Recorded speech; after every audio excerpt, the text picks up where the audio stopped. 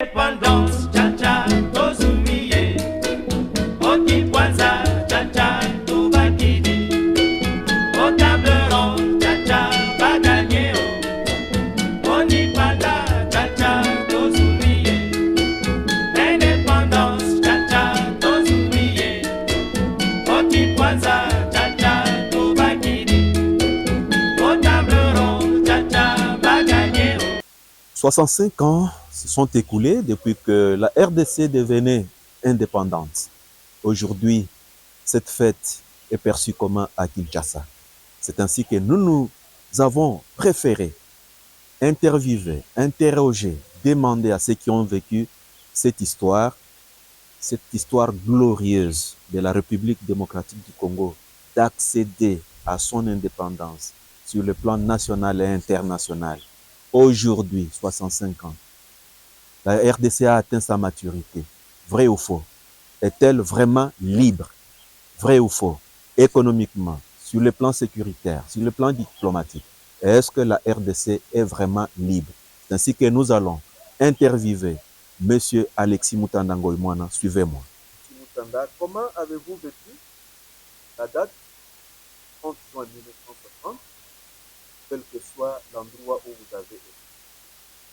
Merci beaucoup pour la question.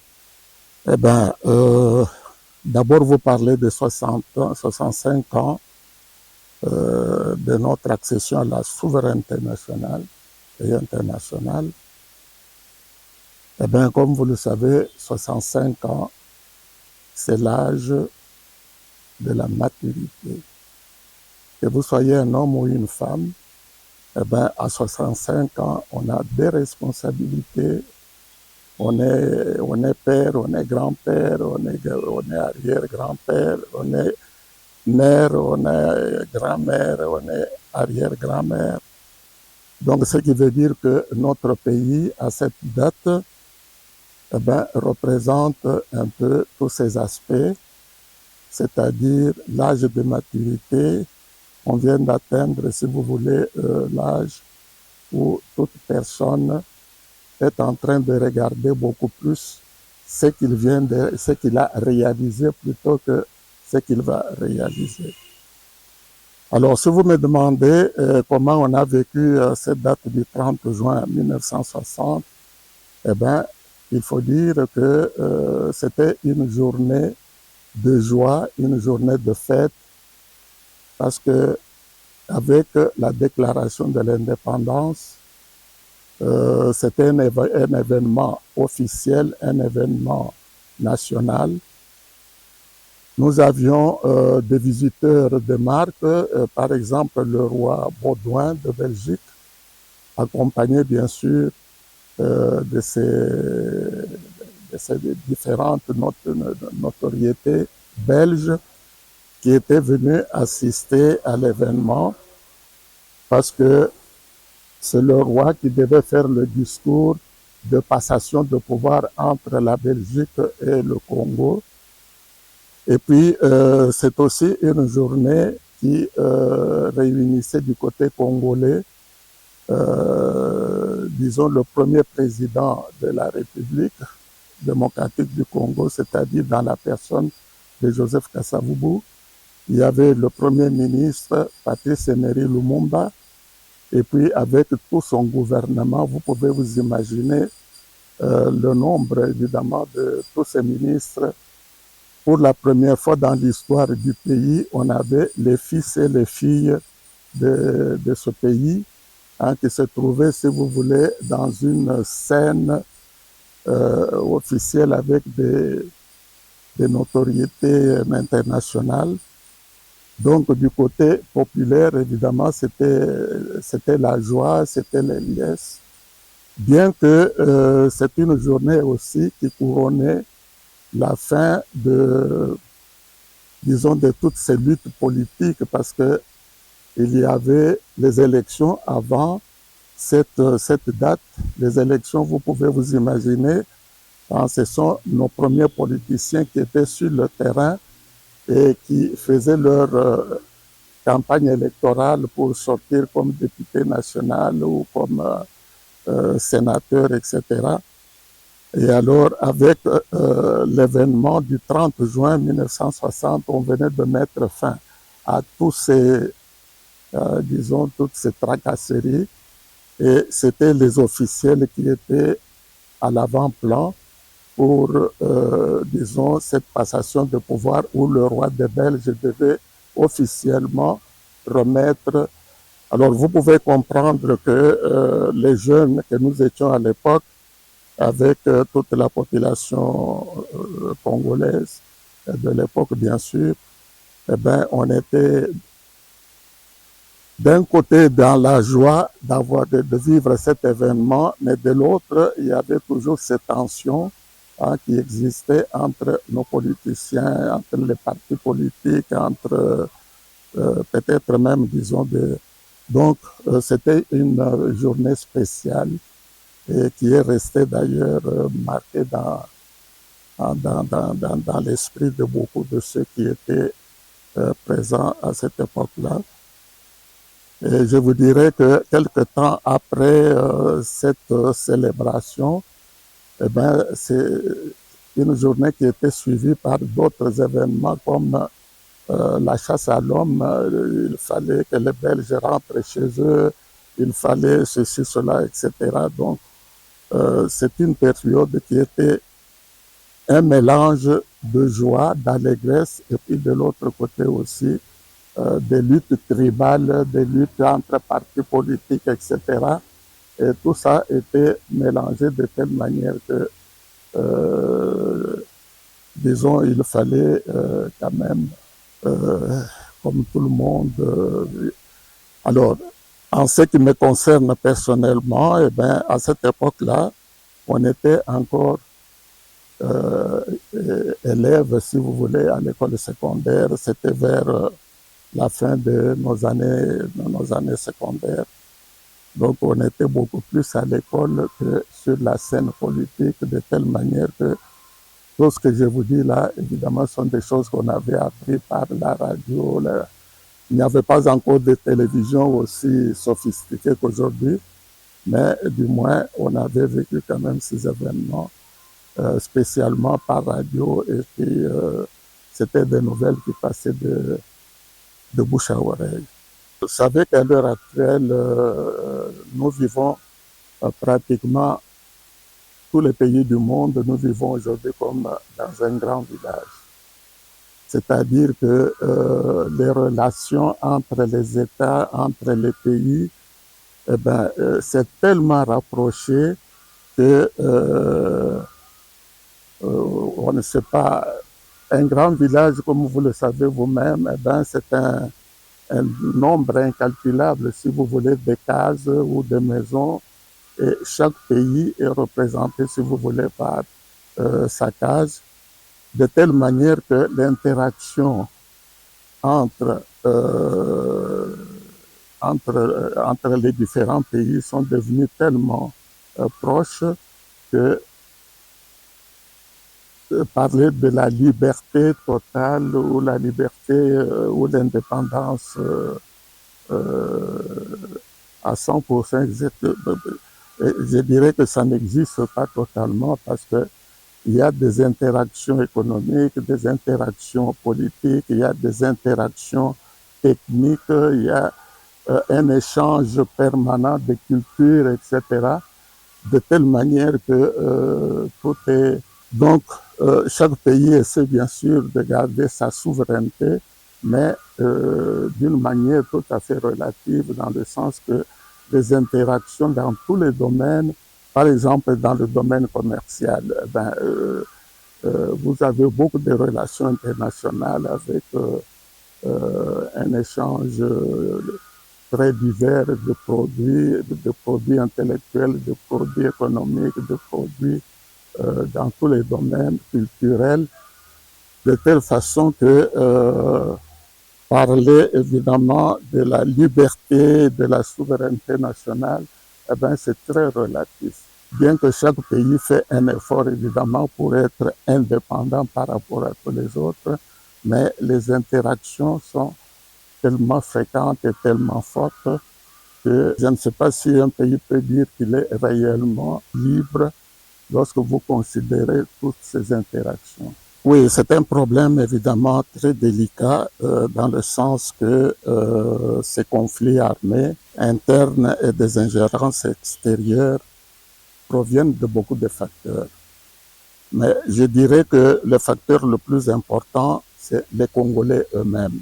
Si vous voulez, de la gestion du pays par les fils et les filles de ce pays, eh bien, lorsqu'il n'y a pas d'harmonie dans une maison, lorsqu'il n'y a pas une entente minimale dans une maison, eh bien, vos voisins vont toujours finir par intervenir. Et qu'est-ce qui se passe réellement? Je pourrais vous donner un petit exemple, peut-être que vous connaissez très bien. Lorsque vous voyez une personne passer sur la route, que ce soit un homme ou une femme, eh bien, vous le voyez bouger les jambes, bouger les bras, et puis peut-être même parler au téléphone avec... mais vous savez que notre système est constitué de cellules. Et alors ces cellules, pour les scientifiques, eh ben, ça fait des milliards et des milliards de cellules. Et il y a des cellules qui constituent, si vous voulez, les reins, ou qui constituent le cœur, ou qui constituent, disons, les jambes, etc. Et lorsque une personne est en train de se déplacer, eh ben, vous pouvez être sûr et certain que toutes ces cellules sont dans une, disons, ils sont complètement en action, parce que chaque bras que vous bougez, eh ben, ce sont les cellules de ce bras que vous bougez. Et lorsque vous avez marché pendant plus ou moins longtemps, eh ben, vous voyez que le cœur commence à pomper beaucoup plus d'oxygène. Et alors, cet oxygène, puisqu'il est en train de le pomper, il est en train de perdre. Et automatiquement, vous avez le poumon qui fournit, si vous voulez, le surplus. Et entre-temps, les reins et tout ça. Donc, ça veut dire qu'il y a un ensemble, disons, de toutes ces cellules qui travaillent en harmonie de telle manière à vous permettre d'aller plus vite ou de marcher, etc. Alors, on dirait que notre corps travaille, si vous voulez, dans un système qu'on peut dire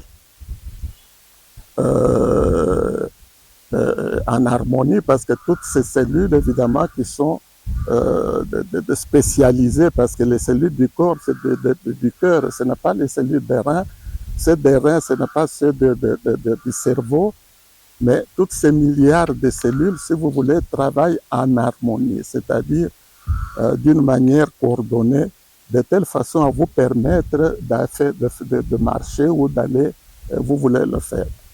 Et si vous prenez cette image au niveau d'un pays, eh ben, un pays qui veut être puissant, qui veut être ordonné, qui veut aller très loin, doit marcher comme, si vous voulez, dans une société de confiance, c'est-à-dire que les personnes qui constituent ce pays sont en harmonie.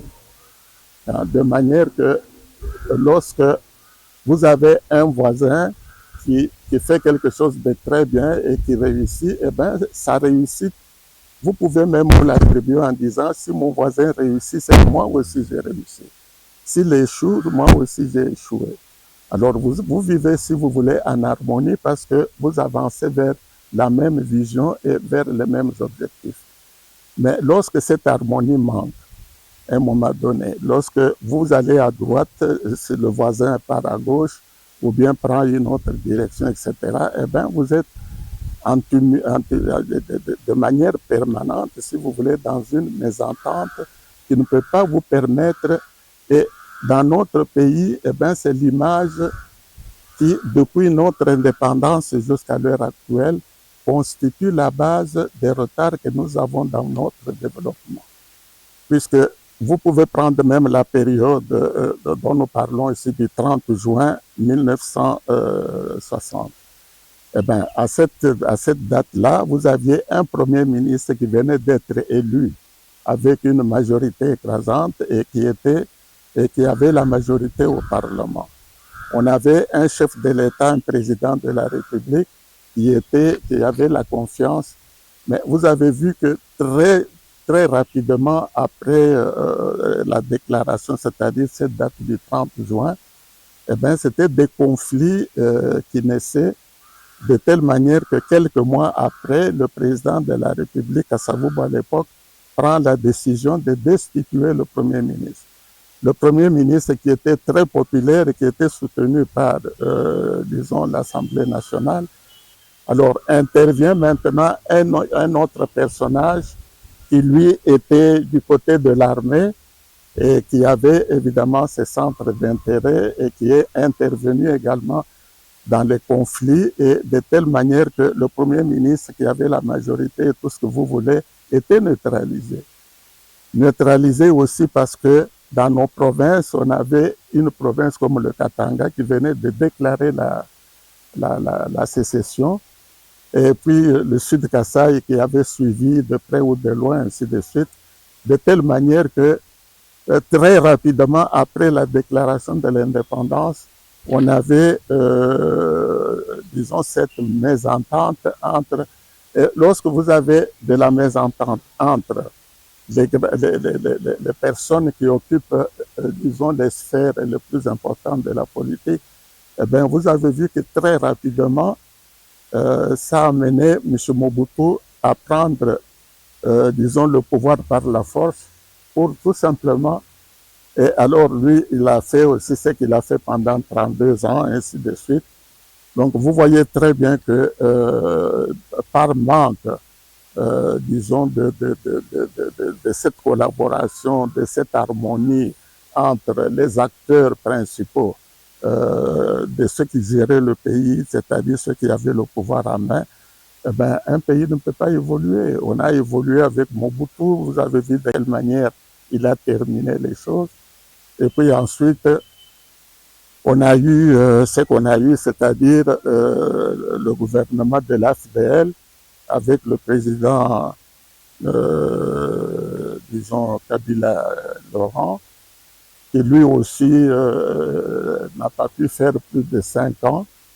Et on a vu une avalanche des éléments extérieurs, ougandais, rwandais, etc., qui étaient dans une sorte de complot international et qui sont venus nous imposer, si vous voulez, un régime avec lequel on a vécu jusqu'à la fin du pouvoir de Kabila Joseph.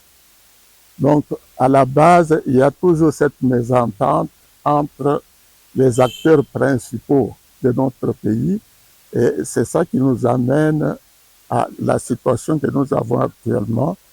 C'est que la RDC, un pays extrêmement puissant, très vaste, très riche, etc., mais qui aujourd'hui se trouve à genoux en train de demander de l'aide internationale pour qu'on puisse, disons, le débarrasser disons, de tous ces... Donc c'est pour vous dire que le problème de base que nous avons dans notre pays, c'est la mésentente, c'est disons, entre les acteurs principaux, des personnes qui devaient constituer le leadership national, mais qui, en fin de compte, chacun va un peu disons, dans sa direction, et puis il y a des tiraillements. Et on entre évidemment dans ce qu'on appelle une société de méfiance où tout devient, si vous voulez, un conflit entre les personnes. Donc, cette manque d'harmonie, cette manque de dialogue, cette manque de vision commune, des objectifs communs, eh ben, c'est ça qui nous prépare aujourd'hui, peut-être comme demain, si on n'arrive pas à résoudre ce problème au niveau de leadership national. Bon, les tireurs de ficelles, je ne sais pas si on peut dire vraiment qu'on arrive à les déceler parce qu'ils sont bien identifiés. Si aujourd'hui, enfin hier, le 27 juin, on est parvenu à signer les accords de Washington. Eh ben, c'est pour vous dire simplement qu'on a pu identifier, disons, les acteurs dans, disons, les troubles faits, et on a demandé, évidemment, disons, par des voies diplomatiques, bien sûr, d'abord de passer par ces stades de pacification, et puis ensuite, on verra de quelle manière on peut continuer évidemment avec d'autres accords pour pouvoir amplifier, disons, l'harmonie, etc. Mais toujours est-il que le pays les Congolais devaient s'organiser pour que ce genre de problème puisse être résolu par les Congolais et éviter toutes ces ingérences, parce que quand il y a une ingérence, vous pouvez être sûr et certain que ceux qui s'ingèrent aujourd'hui pour peut-être améliorer ceci ou cela, eh bien demain, ils peuvent aussi en abuser. De telle manière qu'il faut être, disons, sur le qui-vive à tout moment pour pouvoir, si vous voulez, sauvegarder la souveraineté du pays et puis sauvegarder évidemment tous les acquis. Et les Congolais doivent savoir que ce pays leur appartient et que chacun devait, disons, s'engager, disons, dans cette voie pour pouvoir soutenir son pays à aller de l'avant et à jouer son rôle tel qu'il doit le faire, évidemment, sur le plan international. Parce que le Congo, à mon avis, en tout cas, et de l'avis de beaucoup de personnes, a suffisamment de moyens, a suffisamment, donc, une population de plus de, je ne sais pas moi, de 200 millions de personnes, avec des quantités, des richesses presque incalculables, et puis une forêt vierge de plusieurs millions de kilomètres carrés, et puis avec tout ce qui nous entoure comme un climat, n'est-ce pas, qui est tout à fait... Alors, toutes ces choses naturelles qui nous permettent, si vous voulez, d'avoir... Eh bien, pourquoi est-ce que les Congolais ne peuvent pas utiliser leur force et leur intelligence pour pouvoir être les acteurs principaux dans la résolution de leurs problèmes? Et alors, s'il n'y a pas cette entente entre les leaders de notre pays, eh bien, c'est ça qui va toujours continuer à créer nos faiblesses et puis à permettre aux autres, évidemment, de venir s'ingérer toujours davantage dans nos problèmes. Notre pays, évidemment, comme vous venez de le dire vous-même, ça fait 65 ans que nous sommes dans cette sphère, si vous voulez, d'appartenir à la communauté internationale en tant que pays indépendant. Bon, maintenant, pour ce qui est, disons, de la diplomatie, eh bien, la diplomatie extérieure d'un pays dépend des événements qui se posent à une époque bien déterminée. Vous avez la première période du pays dont nous parlons, donc, c'est-à-dire la période de Kasavubu Lumumba et tout ça avant Mobutu, eh bien, c'était une autre diplomatie, parce qu'il fallait d'abord s'affirmer en tant que pays indépendant, il fallait résoudre les problèmes qui se posaient. Et à cette époque-là, l'élément prédominant dans les relations internationales, c'était le bloc. Il y avait deux blocs, c'est-à-dire le bloc communiste et puis le bloc, disons, des pays libres, etc. Alors c'est ça qui faisait qu'on était soit du côté des Russes ou du côté américain, et ainsi de suite. Et tout ceci a évolué avec Mobutu qui, lui, a dirigé le pays pendant plus de 30 ans. Et alors, pendant cette période, c'était une autre diplomatie parce que les problèmes étaient différents. Aujourd'hui, ce qui se passe, évidemment, c'est que on vient de sortir, je ne sais pas si c'est terminé ou pas, En tout cas, il y a eu plus de 30 ans que notre pays a vécu dans cette période troublée par les événements de l'Est. Mais les événements de l'Est, vous le savez vous-même, ce sont des événements qui étaient soutenus évidemment sous la table par plusieurs pays qui tiraient des profits économiques à partir de cette situation. Alors aujourd'hui, évidemment, nous parlons d'un dossier particulier. On ne peut pas dire que c'est de la politique internationale parce que ce qui s'est fait hier à Washington et qui va peut-être continuer à se faire encore demain, c'est basé sur la situation que nous venons de vivre les derniers 30 ans avec ces événements de l'Est où on a perdu des millions de personnes, de compatriotes. Et c'est dû évidemment par certains tireurs de ficelles qui tiraient peut-être ces ficelles en coulisses ou dans l'obscurité, etc., mais qui ont été identifiés à un moment donné de telle manière que le régime actuel a pu utiliser les moyens à sa disposition pour pouvoir. Et demain, ça peut être également d'autres initiatives diplomatiques. Et c'est toujours suivant, si vous voulez, la situation de l'heure.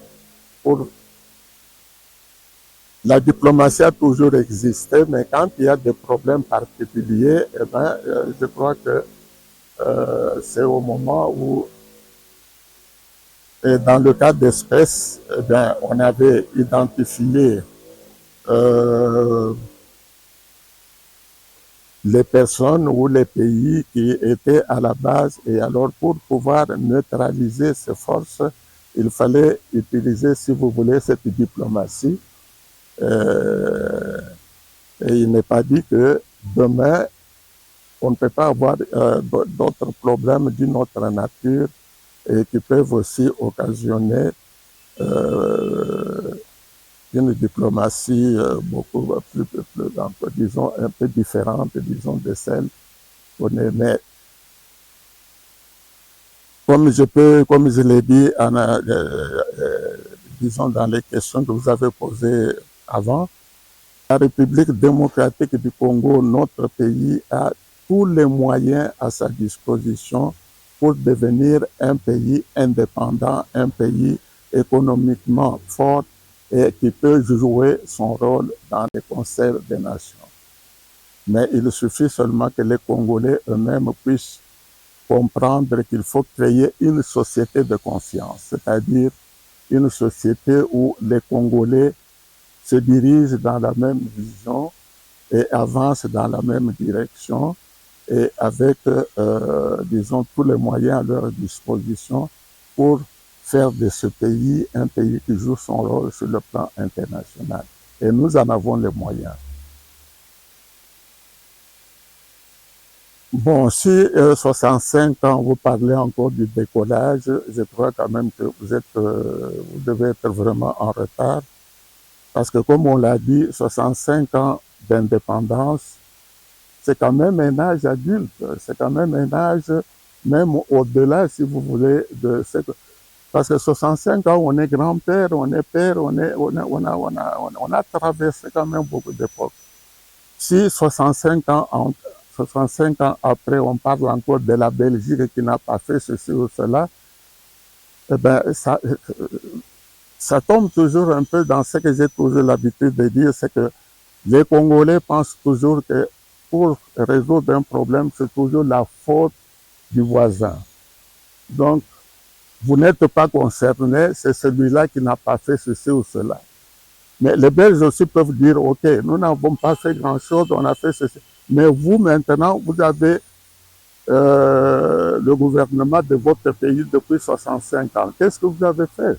Eh bien, je peux vous dire que dans l'évolution d'un pays, au centre de l'action, c'est l'homme qui est au centre de l'action.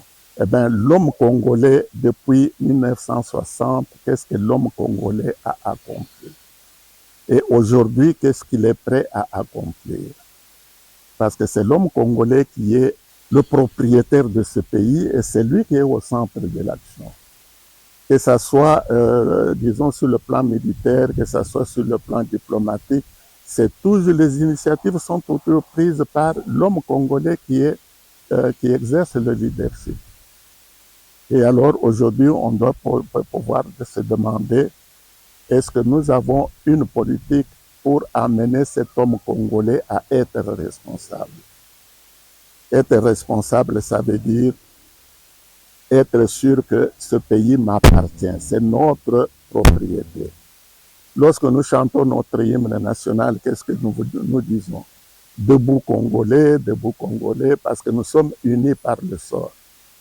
Eh bien, si vous êtes unis par le sort, c'est-à-dire que vous soyez de l'Est ou de l'Ouest, du Nord ou du Sud, les problèmes du pays vous concernent. Et pourquoi ne pas se mettre ensemble pour dire, voilà les problèmes qui se posent, qu'est-ce que nous pouvons faire? Eh bien, je peux vous assurer que le jour où les Congolais vont arriver à cette confiance mutuelle, de se mettre ensemble pour les différents dialogues que nous avons organisés. Vous avez vu de quelle manière ces dialogues, disons, ont abouti. Le premier dialogue important national qu'on a eu, c'était... alors, on a travaillé pendant des mois et des mois, on est arrivé à de très belles conclusions, on est arrivé, mais très rapidement, eh bien, toutes les résolutions de cette conférence nationale ont été jetées dans la rue, etc. Et puis les gens ont commencé à faire autre chose. Donc c'est pour vous dire que vous pouvez avoir même toutes ces rencontres, etc. Mais lorsque les Congolais ne se mettront pas ensemble et travailler comme je vous ai donné tout à l'heure l'exemple des cellules, n'est-ce pas? Parce que ça, c'est ce que Dieu lui-même a fait comme pour nous montrer l'exemple d'un dialogue qui est tout à fait imbattable. Vous avez les cellules du corps, du cœur qui collaborent avec ceux des poumons, avec ceux des reins, et puis ensuite ceux des jambes, etc. De telle manière que vous voyez une personne faire beaucoup d'acrobatie, mais c'est toutes ces cellules qui travaillent en harmonie. Hein? Alors, si au niveau national, au niveau d'un pays, etc., les Congolais n'arrivent pas à comprendre, disons que nous sommes au centre et un jour nous aurons évidemment, avec ce qui se passe à l'est du pays, avec tout ce que... Alors vous, qui par exemple, qui êtes jeune, est-ce que vous pouvez me dire dans 10 ans, si ce que nous vivons aujourd'hui continue, dans quel état est-ce que l'on va être? Et ça va être mieux, ça va être pire. Merci bien pour la question. Vous parlez là de Kabila et tout ça.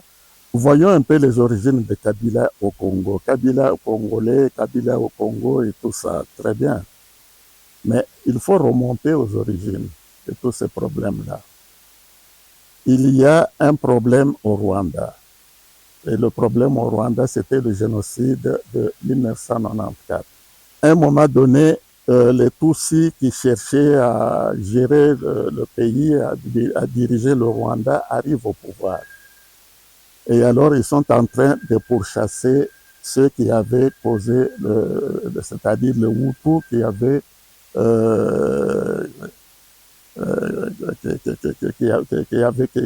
fait le fameux génocide. Et tous ces gens sont venus en masse par milliers comme réfugiés dans notre pays. Et évidemment, le Congo a ouvert ses portes parce que ces réfugiés qui, si on les avait laissés dans la rue, on allait les massacrer tous. Eh bien, ils sont arrivés, on leur a donné un asile. Eh bien, ils sont restés là quelques mois et les mêmes personnes qui les avaient chassés de leur pays s'organisent maintenant sous prétexte qu'ils vont s'organiser pour revenir, etc., pour les pourchasser. Et ils les ont pourchassés jusqu'à Kinshasa. Arrivés à Kinshasa, ils se sont occupés de Mobutu qui venait d'accomplir ses 32 ans et ils ont mis à la tête Laurent Kabila. Et Kabila n'a pas fait 3 ans. Après quelques mois, il est parti et on met une personne qui était venue dans ce groupe-là à la tête du pays. Et qui était le ministre de la Défense? Un Rwandais qui était d'ailleurs commandant en chef de l'armée rwandaise. Vrai ou faux? Alors, quand cette personne est à la défense nationale, qu'est-ce qu'il fait la première chose? Eh bien, il arrive avec ses troupes, avec toutes ces personnes à double nationalité, et puis les injecte dans l'armée nationale. Ce qui veut dire que c'était la première étape de l'affaiblissement de nos forces armées. Parce que Mobutu, de son temps, c'était une de ses priorités, organiser l'armée, et il avait une armée, une des plus fortes évidemment de l'Afrique. Mais quand vous avez une armée qui est infiltrée, eh bien, vous savez à quoi vous pouvez vous attendre. Et on a vu que très rapidement, cette armée, après le dialogue intercongolais, qu'est-ce qu'on a fait? Le dialogue intercongolais d'Afrique du Sud avait mis en place une certaine organisation. Il y avait le chef de l'État avec 4 vice-présidents. Et parmi ces 4 vice-présidents, il y avait un qui avait une armée parce qu'il était dans la rébellion.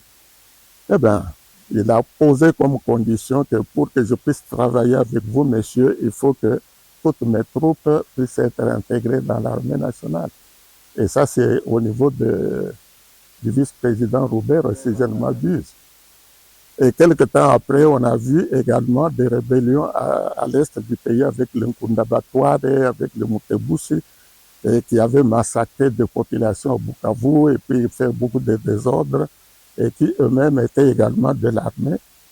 Et lorsqu'on a voulu, oh non, nous voulons aller au dialogue, ils sont allés au dialogue. Première demande, intégrer leurs troupes. Alors, vous voyez que notre armée nationale a été infiltrée, disons, de A à Z. Et ces gens, quand ils venaient avec leur brassage, mixage, etc., eh ben, ils n'hésitaient pas à demander, même une personne qui n'avait aucune fonction dans son groupe à lui, eh bien, on le présentait comme un général ou colonel ou capitaine. Et ces gens ont été, et qui était à la tête du pays en ce moment-là, c'est un des infiltrés qui était venu et qui était à la tête du pays, et qui s'appelait Kabila Joseph. Mais il a été infiltré, mais il est arrivé à la tête du pays par. Ce n'est pas lui qui est venu ensemble avec les AFDL et tout ça. Et les Congolais, qu'est-ce qu'ils ont fait? Ils ont fermé les yeux, ils ont accepté. Et le monsieur est resté à la tête du pays pendant 18 ans. Et alors, toutes ces infiltrations et tout ça, lui était là pour. Chaque fois qu'on a. Mais est-ce que pour entrer à l'armée nationale, c'est comme les M23 aujourd'hui qui demandent qu'il soit également. C'est la même condition. Ils veulent entrer dans l'armée nationale ou dans les structures de choses. Très bien. Mais puisqu'ils disent qu'ils sont Congolais, et puisqu'ils disent que qu'est-ce qui empêche qu'au lieu d'aller faire la rébellion, que chacun d'entre eux aille par la voie officielle demander son intégration dans l'armée nationale? Est-ce qu'ils l'ont déjà fait? Donc ils s'organisent d'abord, ils font des rébellions, ils laissent des centaines de milliers de morts derrière eux, et puis à un moment donné, ils demandent qu'on puisse négocier avec eux pour qu'ils puissent intégrer l'armée, qu'ils puissent intégrer. Est-ce que pour entrer dans les services de sécurité de ce pays, il faut d'abord tuer les gens pour pouvoir le faire? Et ça, ce sont des choses qui démontrent que c'est des plans bien organisés, des plans qui sont bien outillés, tout ça pour pouvoir intégrer nos organes de sécurité et puis ensuite faire ce qu'ils veulent faire. Le Rwanda, si vous voulez qu'on parle du Rwanda, eh bien, parlons du Rwanda. Le Rwanda, depuis des dizaines d'années, et disons même depuis leur origine. Je crois que tout le monde sait qu'au Rwanda, il y a les Hutus, il y a les Tutsis et il y a les Twa, si je ne m'abuse. entre les Hutus et les Tutsis, depuis toujours, il a toujours régné des tensions qui existent et que personne n'ignore. Du temps colonial, d'après l'histoire, les premiers habitants du Rwanda, ce sont des Hutus qui étaient là et qui étaient très nombreux. Et les Tutsis, ce sont des Nilotis qui sont venus du nord et très rapidement, ces gens, lisez un peu l'histoire, si je ne m'abuse, eh ben, ces gens arrivent, eh bien, très rapidement, ils se sont organisés. À un moment donné, c'est eux qui avaient le leadership dans le pays, parce que les Mwami, ceux qui dirigeaient le pays, etc., étaient presque tous des Tutsis. Mais c'est avec le mouvement de l'indépendance que les Hutus se sont aussi relevés pour dire, avec l'aide évidemment de la communauté internationale, et c'est par les élections, parce qu'ils étaient majoritaires, qu'ils sont arrivés, si vous voulez, à avoir à la tête du pays quelqu'un de leur. Et automatiquement, les Tutsis ont senti qu'ils n'étaient plus à leur place et ils sont allés faire la rébellion à l'extérieur. Donc, c'est un pays qui vit de manière permanente de la rivalité entre les deux tribus, c'est-à-dire les Tutsis et les Hutus. Quand c'est les Hutus qui sont là, les Tutsis, disons, vont faire la rébellion, et quand ils reviennent et gagnent des choses, c'est les autres, évidemment, ainsi de suite. Et puis ça, c'est le premier aspect, c'est-à-dire qu'ils estiment que leur territoire est très restreint et qu'ils doivent acquérir, évidemment, d'autres terres pour pouvoir vivre à l'aise. Et puis, le deuxième problème, c'est que cette ambition de créer ce qu'ils appellent la République des volcans, qui serait composée du Rwanda, du Burundi, de l'Ouganda, mais le sud-Ouganda, et inclut également les territoires disons congolais, ce qui comprend le nord et le sud Kivu. Et ça, c'est une idée qu'ils nourrissent depuis des années. Donc, créer cette grande république au centre de l'Afrique, gérée par les Tutsis, et qui vont évidemment, et dans cette république-là, comme je l'ai dit tout à l'heure, eh ben, il y a les territoires congolais. C'est ainsi qu'à l'Emera, si vous lisez encore les histoires de l'Emera, là, eh ben, ils avaient fait signer à Laurent Kabila des documents où on devait leur céder, je ne sais pas, 300 km à l'intérieur de... Et c'est une idée qui est restée ancrée dans tous les dans leur tête. Aujourd'hui, ils peuvent signer ceci ou cela, etc., parce que tout le monde demande, il y a des pressions, il y a ceci, cela. Mais est-ce qu'il est dit que cette idée de la République des volcans a été extraite de leur tête? Et si vous lisez, parce que vous savez, il y a beaucoup de livres qui sont sortis sur le Rwanda, aussi bien en Europe. Il y a une Canadienne qui a écrit des livres, des Britanniques, il y a des Français, etc. Et ça converge toujours vers cette idée de la République des volcans. Et systématiquement, ils considèrent que les deux Kivu Nord et Sud font partie de cette... alors, ils vous font une guerre.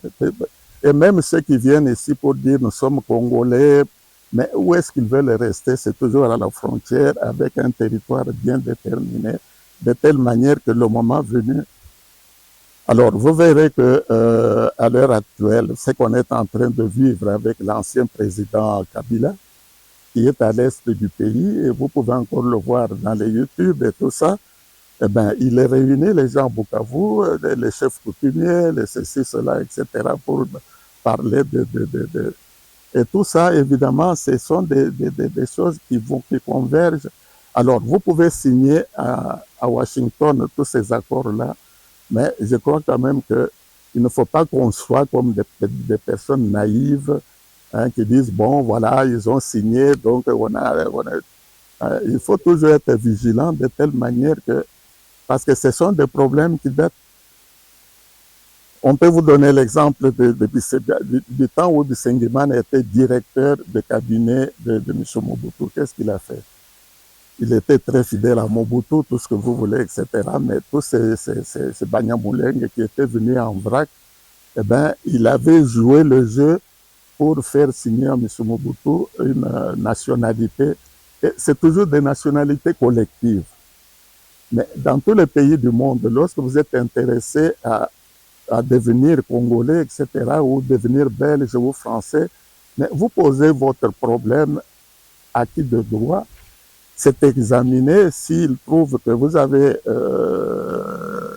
vous remplissez les conditions, on vous donne les papiers, etc., on vous donne des conditions. Mais ici, ce n'est pas la même chose. On arrive là où on est, je ne sais pas, des centaines de personnes. Ils veulent avoir, d'abord quand ils arrivent, ils veulent qu'on toutes les tueries qu'on a eues à l'est du pays depuis 30 ans. Vous croyez que c'est pour quelle raison? On entre dans un village, on rase le village reste vide, et quelque temps après, vous trouvez des personnes qui n'ont rien à voir avec des Congolais, tout ça. Donc on veut créer l'espace. Et ce sont des choses qui durent depuis plus de 30 ans. Alors aujourd'hui, vous signez des accords, la paix, les ceci, cela, etc. Mais il faut signer le papier en restant très vigilant, parce que ce sont des personnes qui ont une idée fixe. Et cette idée fixe-là, c'est de créer disons, leur empire là-bas où ils peuvent faire ce qu'ils veulent, en profitant bien sûr de toutes les richesses minières que nous avons dans la région, etc. Alors, il ne faut pas que les Congolais puissent être toujours les jouets, se comporter comme si on était les jouets. Aujourd'hui, bien sûr, ça peut nous permettre de résoudre un problème pendant un temps, mais il faut savoir que vos partenaires avec lesquels vous signez ce papier, ils n'ont pas la même honnêteté intellectuelle que vous-même, donc de telle manière qu'il faut rester vigilant. Merci, mesdames et messieurs, de nous avoir suivis. Je ne peux pas terminer cette émission sans toutefois dire merci à Daniel Chisungu, qui est derrière la caméra. Merci à Francis Moulami. Merci à François Mukanda. Merci à Didier Kaninda. Merci à Jean-Dédier Moukadi, Télé7. Merci à Bibi Ngavele. Merci également à Tony Kambila. Sans oublier Manix Njoli. Sans oublier également Madame Titete et aussi Manix Njoli qui était aussi derrière la caméra. Merci et à bientôt.